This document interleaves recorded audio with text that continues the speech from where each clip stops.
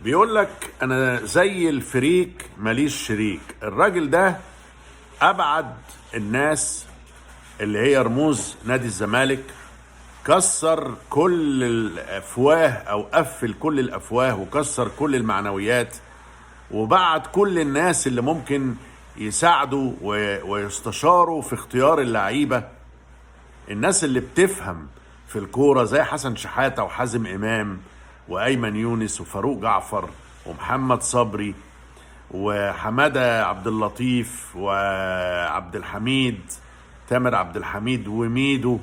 في ناس في تاريخ الزمالك زي جمال عبد الحميد برضو مستشارين، يعني تاخد رأيهم في اللعيبة الجديدة، مش تقعد تعند وتستفرد ومنك لابنك وبس، على طول منك لابنك وبس. ها اهي غرقت، اهي اتطينت عشان الفريك